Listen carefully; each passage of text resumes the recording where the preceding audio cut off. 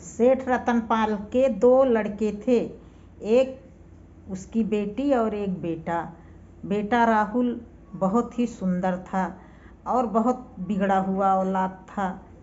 राहुल जब कॉलेज जाने लगा तो कॉलेज में उसके ऊपर बहुत सी लड़कियां मरती थी।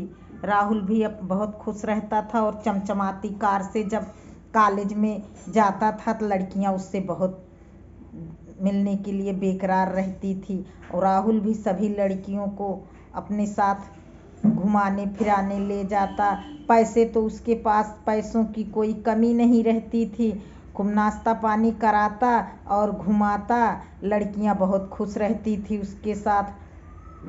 राहुल अपने आप को बहुत स्मार्ट और बहुत बड़े घर का घमंडी लड़का था समझता था और सोचता था कोई भी लड़की मुझसे प्यार करेगी और वो किसी को भी अपनी दीवानी बना करके उसे छोड़ देता था। सबसे मिलता जुलता था। उसी कॉलेज में एक लड़की आती है, रजनी। साधारण से घर की लड़की, लेकिन साधारण से कपड़ों में भी वो बहुत सुंदर दिखती थी। जब रजनी पहले दिन कॉलेज आई तो सारे लड़के उसे देखते ही रह गए। बड़ी बड़ी कजरारी आंखें और खूबसूरत चेहरा, चौड़ा माथा और बड़े बड़े बाल, बहुत सुंदर दिखती थी। सभी लोग चाहते थे रजनी मुझसे बात करे। लेकिन रजनी अपनी पढ़ाई में ध्यान रखती थी और सीधे कॉलेज आती, सीधे जाती। राहुल भी उसे देख करके सोचता कि जैसे सब लड़कियां मेरे ऊपर मरती हैं वैसे रजनी भी मेरी पैसों की और मेरे साथ घूमने फिरने की दीवानी बन जाए और मेरे साथ चले घूमने के लिए। उसने एक दो बार रजनी को ऑफर दिया कि तुम मेरे साथ चलो घूमने, पार्टी करने के लिए चलो।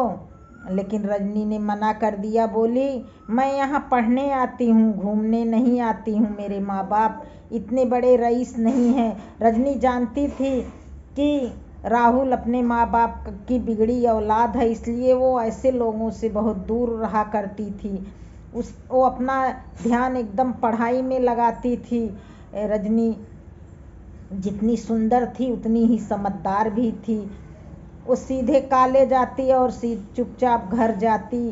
कुछ देर लाइब्रेरी में बैठ कर के पढ़ाई करती और किसी से बात नहीं करती थी। रजनी सिर्फ दो एक सहेलियां ही थी उसकी जो पढ़ने में तेज थी और रजनी भी पढ़ने में बहुत अच्छी थी।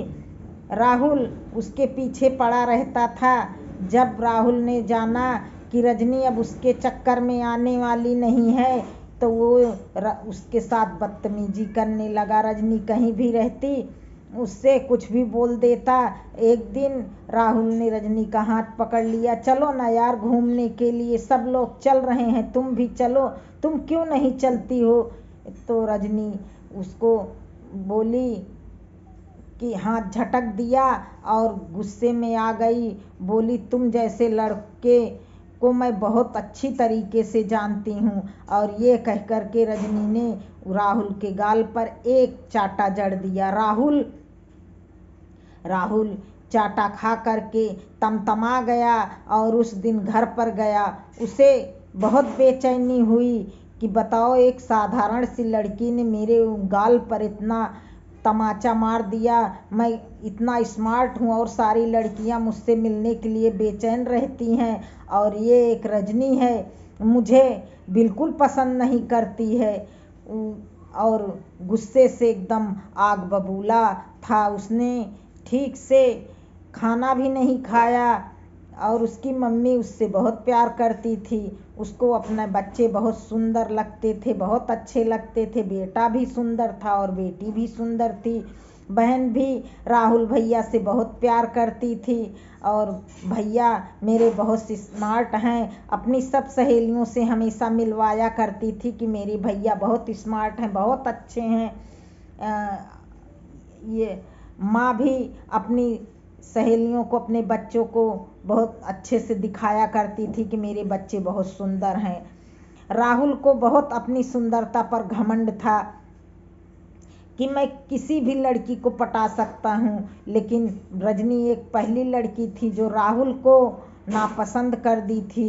राहुल एकदम परेशान हो गया था। वो सोच रहा था कि ये तो दौलत से भी नहीं और प्यार से भी नहीं और गुस्से से भी नहीं मान रही है, ना मेरी सुंदरता पर मरती है, ना मेरे पैसों पर मरती है।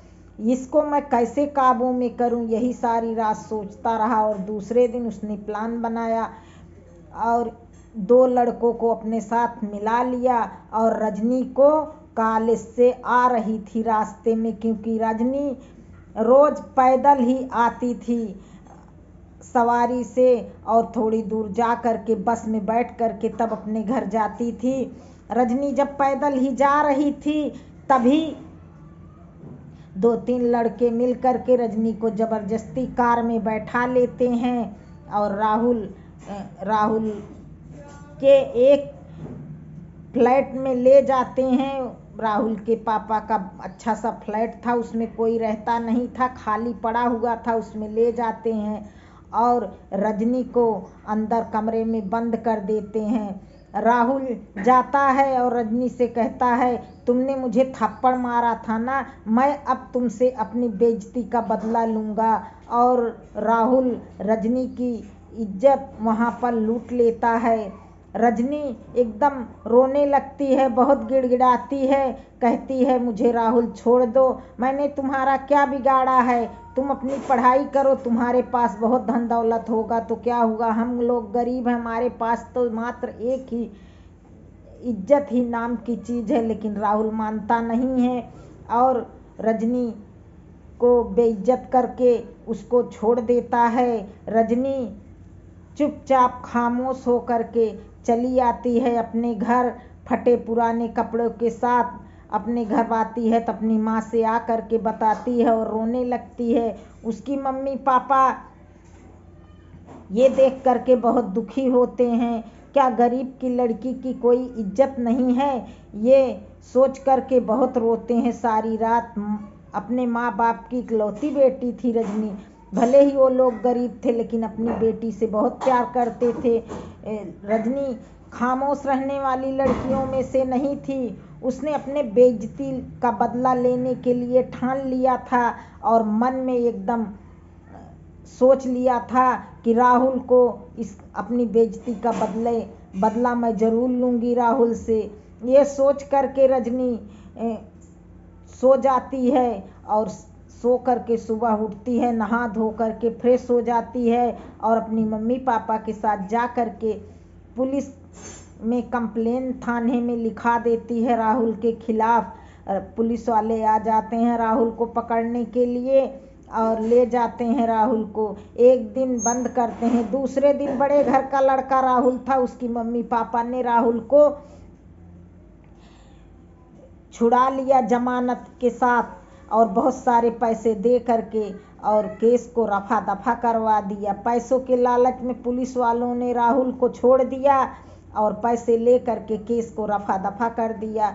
रजनी को बहुत गुस्सा आई, लेकिन क्या करे, राहुल ने अपनी मम्मी पापा से कहा कि रजनी बहुत अच्छी लड़की है, मैं उसके साथ शादी कर लूँगा। उस राहुल के माँ बाप ने कहा, बेटी मैं तुम्हारी इज्जत लौटा तो नहीं सकता हूँ, लेकिन मैं अपने बेटे के साथ तुम्हारी शादी करवा दूँगा। लेकिन रजनी को मंजूर नहीं था, वो राहुल जैसे लड़के के साथ शादी करना नहीं चाहती थी, जिसने कई लड़कियों को छोड़ दिया था, उनके साथ हम बिस्तर हो करके ऐसे लड़के को अपना पति बनाना नहीं चाहती थी। उसने कहा, मैं सारी उम्र कुंवारी रहूँगी लेकिन तुम्हारे लड़के के साथ मैं शादी नहीं करूँगी। ऐसा कह करके रजनी रोने लगी। राहुल सोच रहा था रजनी अब मेरी बन जाएगी, लेकिन रजनी ने मना कर दिया। राहुल इस कॉलेज आया और रजनी भी कॉलेज आई। रजनी इसी ताक में रहती थी कि भले ही तुम्हें कानून ने पैसे के दम पर बरी कर दिया, हमारा केस रफा दफा हो गया, लेकिन मैंने तुम्हें सजा देने की ठान ली है। ये सोच करके रजनी हमेशा परेशान रहती थी। वो रोज सोचती रहती थी मैं उसे कैसे सजा दूं। और एक दिन रजनी तेजाब लेकर के एक बोतल चल देती है और कॉलेज के सामने राहुल खड़ा होकर के अपने दोस्तों से बातें कर रहा था, हंस रहा था। तभी रजनी वहां से निकलती है और पूरा तेजाब राहुल के चेहरे पर डाल देती है। जैसे ही तेजाब पड़ा राहुल गिर कर के चिल्लाने लगता है। राहुल का चेहरा एकदम जल जाता है और राहुल तड़फड़ाने लगता है। सभी दोस्त उसको अस्पताल ले जाते हैं। अब राहुल का चेहरा पूरा जल गया, बहुत भयानक तरीका से लगने लगा। राहुल की सुंदरता बेकार हो चुकी थी। राहुल 1 महीने तक अस्पताल में रहा, उसके बाद घर पर आया। मम्मी उसे देख करके ही बोलती थी, बेटा तू सबके सामने मत आया कर, तेरे चेहरे को देख करके सभी डर जाते हैं। बहन भी बोलती है, भैया सुबह सुबह मेरे जो बहन सामने मत आया करो। जो बहन उसे सुबह देख करके कहती थी, आ भैया मैं तुम्हारा चेहरा सुबह देख ली हूँ, अब मेरा दिन अच्छा जाएगा, वो बहन सामने आने पर भी डरने लगती थी कि भैया मेरे सामने सुबह सुबह मत आया करो, मेरा पूरा दिन खराब हो जाता है। अब वो दिन भर अपने कमरे में पड़ा रहता, कॉलेज जाना भी छोड़ दिया था और दिन भर उसी कमरे में पड़ा रहता। माँ उसे बहुत बहुत देख करके गुस्सा होती थी कि तुम्हारा कर्म है, अगर तुमने उस लड़की की इज्जत खराब ना की होती तो उसने इतना घोर तरीके से बदला न लिया होता। सभी लोग उसे देख करके अब मुंह मोड़ने लगे। दोस्त भी अब उससे मिलने के लिए नहीं आते थे। राहुल अब बहुत अकेला हो गया था। वो सोच रहा था कि मेरे क्या दिन थे और आज क्या दिन हो गए हैं। एक दिन बहन